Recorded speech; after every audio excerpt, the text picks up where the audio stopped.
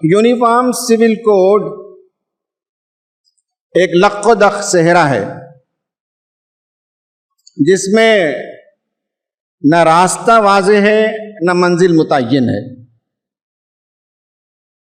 یہ ایک ایسا گھنا جنگل ہے جس کے اندر گھٹا ٹوپ اندھیرا ہے. ہمارے ملک میں یونیفارم سول کوڈ کی جو بحث جاری ہے اس کی بھی یہی حیثیت ہے. اس کے پیش کرنے والے اس وقت اندھیرے سے نزدیک اور اجالے سے بہت دور ہیں. وہ سماج کے مسائل کی گتھیاں سلجھانا نہیں چاہتے بلکہ سماج کو ایک غیر ضروری موضوع میں الجھانا چاہتے ہیں اور الجھائے رکھنا چاہتے ہیں. اگر ہم بھی اس بحث میں عام مسلمان سوشل میڈیا میں اور ادھر اور ادھر حصہ لینے لگتا ہے تو گویا کہ ہم ان کے جال میں پھنس رہے ہیں. ایسے میں مسلمانوں کو چاہیے کہ سڑکوں پر نہ آئیں، جذباتی نہ بنیں، اس موضوع کو اپنے ہاتھ میں نہ لیں. یہ ہمارے علماء پر چھوڑیں، اہل علم اور دانشوروں پر چھوڑیں. اور اللہ کا احسان ہے کہ مسلمانوں کے لیے ایک متحدہ پلیٹ فارم اویلیبل ہے آل انڈیا مسلم پرسنل لا بورڈ کے نام سے. کوئی بھی آپ میں سے کچھ بھی کرنا چاہیں، کنٹریبیوٹ کرنا چاہیں تو ایک پلیٹ فارم کے ذریعے سے آپ کنٹریبیوشن دیں. آپ بہت اچھا سا ڈرافٹ کر سکتے ہو کوئی بات، کوئی مضمون، کوئی لیٹر. آپ انفلوئنسر سے ملاقات کرا سکتے ہو، آپ اچھے سے یوٹیوب کے ویڈیوز بنا سکتے ہو تو آپ ضرور کیجئے. اور وہ تھرو کامن جو باڈیز ہیں ان کے تھرو سے کرنا چاہیے اور پازیٹیو اپروچ کے ساتھ کرنا چاہیے. نمبر ایک یہ ہے کہ عوام کو جذباتی نہیں ہونا، اس مسئلے کو سڑکوں پر نہیں لانا چاہیے. یونیفارم سول کوڈ بنانا کوئی آسان کام نہیں ہے. اسے آپ مسلم ورسس نان مسلم نہ سمجھیں. یہ اسے بنانا چاہتے ہیں. یہ مسئلہ مسلمانوں اور غیر مسلموں کے درمیان کا نہیں ہے.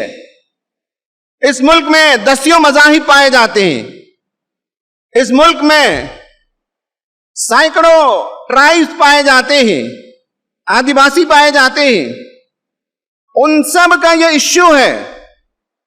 شادی کیسے کریں یا جدائی کیسے ہو، بچے کو کیسے گود لیا جاتا ہے، میراث کی تقسیم کیسے ہوتی ہے، ان کے ہاں اپنے اون رسم و رواج موجود ہیں. یہی ان کا قانون ہے. کوئی اپنے رسم و رواج سے آسانی سے دستبردار نہیں ہو جائے گا. ہمارے ہاں جو رسم و رواج ہے اس کا بڑا حصہ شریعت ہے، وہ اللہ تعالیٰ کا قانون ہے. ہاں، ہمارے ہاں بعض غلط رسم و رواج بھی اس میں داخل ہو گئے ہیں. ہمیں جلد از جلد ان کی اصلاح کرنے کی ضرورت ہے. یہ ہمارے لیے وقت کی ضرورت ہے کہ ہم اصلاح کریں. لیکن یہ ہے کہ یہ جو یونیفارم سول کوڈ ہے یہ صرف مسلمانوں کا ایشو نہیں ہے. یہ صرف مسلمان اس کے وکٹم نہیں ہیں. اس کا وکٹم تو پورا ساؤتھ انڈیا ہوگا، اس کا وکٹم تو پورا نارتھ ایسٹ انڈیا ہوگا. آپ اس کی گریوٹی کو سمجھے کہ کوئی آسان کام نہیں ہے. اب میں آپ کے سامنے بس 3 گزارشات رکھوں گا جو ہمیں کرنے کے ہیں. نمبر 1 یہ ہے کہ اسلامی شریعت کے تحفظ کا آپ حکومت کو ذمہ دار نہ بنائیے، ہم اس کے ذمہ دار ہیں. اگر اسلامی شریعت ہمارے گھروں میں رائج ہے، اسلامی قانون کے مطابق ہمارے یہاں شادیاں ہونے لگیں گی، اگر کسی کو طلاق دینے کی نوبت آ جائے تو اسلامی قانون کے مطابق اگر وہ ہونے لگے، کوئی عورت خلا پوچھتی ہے تو شوہر یا اس کے اطراف کا رشتہ دار شریعت کے مطابق خلا دینے لگیں گے، میراث کی تقسیم شریعت کے مطابق اگر کرنے لگیں گے تو کون ہے جو آپ پر ایکسا سول کوڈ نافذ کر کے آپ کو مجبور کر سکتا ہے؟ قانون تو اپنی جگہ رہے گا، آپ کو کس نے روکا ہے اسلامی شریعت کے مطابق گھروں کو استوار کرنے کے لیے؟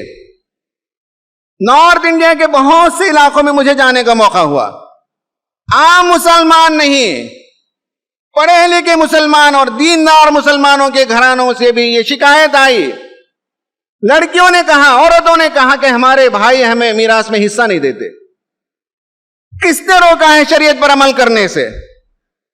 جب ایک ایشو آتا ہے تو ہم خواہ پیپر میں، سوشل میڈیا میں جذباتی ہوتے ہیں، لیکن عمل کے میدان میں بہت پیچھے ہوتے ہیں۔ میں نے اپنی زندگی میں اپنے ایک دوست کو دیکھا جن کی شادی کو ہوئے 20-22 سال گزرے، 21 سال 20 سال کا بیٹا اور بیٹی بھی موجود ہیں۔ طلاق کی نوبت آئی، بہت سمجھایا، لیکن اس کے باوجود وہ مان نہیں رہی تھی۔